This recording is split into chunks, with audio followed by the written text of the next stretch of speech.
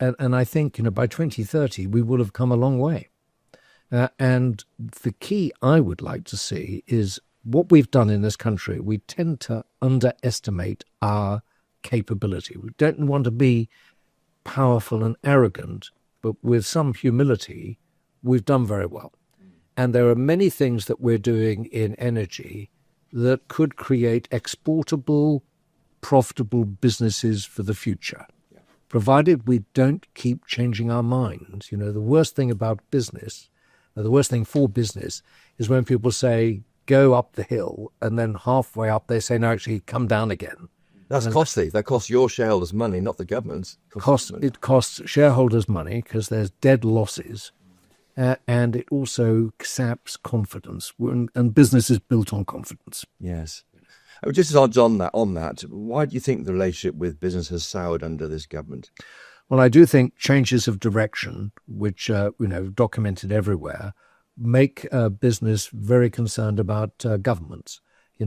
What can they rely upon? What can they really rely upon?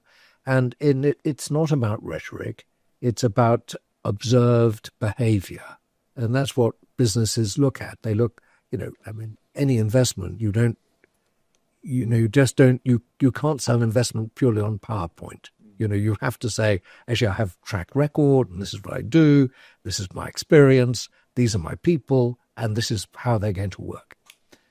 And it applies everywhere. Business looks at things and says, how do I manage the risk? And if the risk is not worth managing, then they go elsewhere. And so confidence that things move step by step. No business is naive enough to believe that nothing changes, because it changes for them. When the world changes, information changes, people's opinion change.